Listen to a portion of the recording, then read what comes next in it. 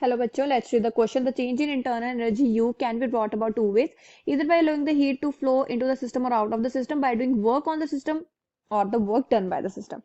Using the symbol Q to represent heat transfer to system using work done by the system minus W, we can represent the internal energy change of system delta U is equals to.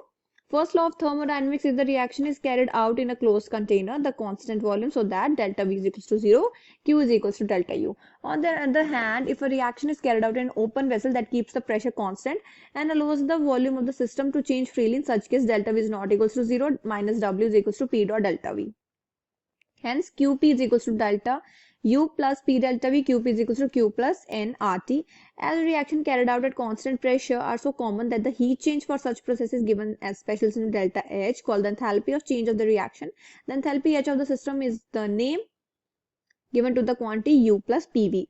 A mixture of 2 moles of carbon monoxide and 1 mole of oxygen in a closed vessel is ignited to get carbon dioxide. If delta H is the enthalpy change and delta U is the change in internal energy, then इस question में जो हमारा की concept रहेगा उसे हम यहाँ पर एक बार डिस्कस कर लेते हैं. So here the key concept is all about delta H. Delta H हमारे पास क्या है? एंथैल्पी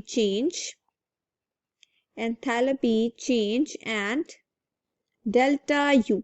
डेल्टा यू हमारे पास क्या है? That is change in internal energy. Change in internal energy. Clear? अब हम चलते हैं आगे क्वेश्चन की तरफ. में कह रहे हैं हमारा जब यहाँ पर कार्बन मोनोऑक्साइड जब रिएक्ट कर रहा है ऑक्सीजन के साथ तो वो हमें क्या दे रहा है? दैट इज CO2 दे रहा है हमें. सो यहाँ पर हम क्या देख रहे हैं कि नंबर ऑफ मोल्स किस तरीके से चेंज हो रहा है? दैट इज 2 - 3 मतलब कि -1. फॉर्मूला यहाँ पर पुट करते हैं हम. That is delta H is equals to delta U plus delta N RT. Already question में हमें गिवन था किसके बराबर आ जाएगा ये? डेल्टा U माइनस RT के.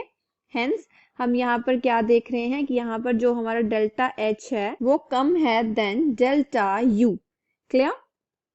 सो इसका मतलब हमारे पास जो ऑप्शन बी है बिल्कुल सही है. I hope you understood the problem well. All the best.